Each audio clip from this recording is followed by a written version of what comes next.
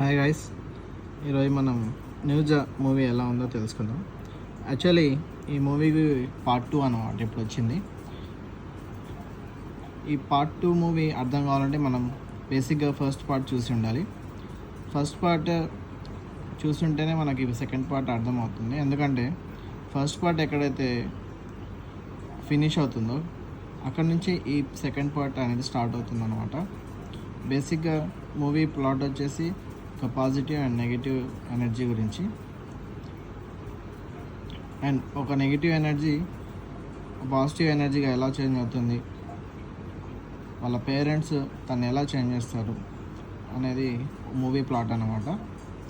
ఈ మూవీ చెప్పాలంటే మెయిన్గా యానిమే లవర్స్కి బాగా నచ్చుతుంది.